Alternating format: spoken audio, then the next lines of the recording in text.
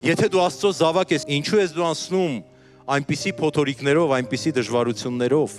բա ուր է քո Տեր Աստվածը։ Երբևէ տվել են քեզ այս հարցը կամ երբևէ ինքդ քեզ այս հարցը տվել ես։ Աստվածաշունչը ասում է, որ շատ նեղություններով մեզ պետք է մտնել Աստծո արքայությունը, բայց այս մասին ոչ ոք չի սիրում լսել։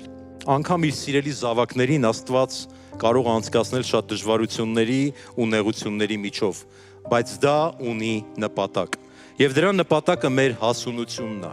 Մենք 2 օր առաջ կնոջս այդ սարերի վրա էինք եւ այնտեղ փոքրիկ ծաղիկներ կային, շատ փոքր, շատ բարակ ցողունի վրա,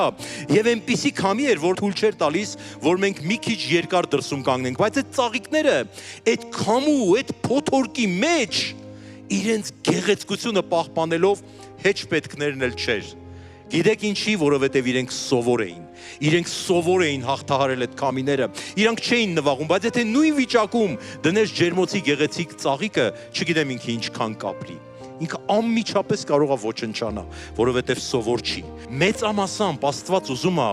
մեր կյանքերը այդ ջերմոցից տեղափոխի դեպի սարի քամիները, որ մենք զորանանք նրա մեջ, որ մենք աճենք Աստծո մեջ եւ կարողանանք մտնել այն օրհնությունների մեջ, որ Տերը խոստացել է, որովհետև թանկագինս դու երբ որ դառնում ես այդպիսի մեկը, այլևս ոչ մի քամի քեզ չի կարող նեղացնել ու չի կարող հեռացնել Աստծո տնից, այլ դու ամեն իրավիճակների մեջ վերցնում ես քո զորությունը եւ ասում ես ես միևնույն է տեսնելու եմ Տիրոջ հաղթանակը, որովհետեւ Տերը ինձ հետ է,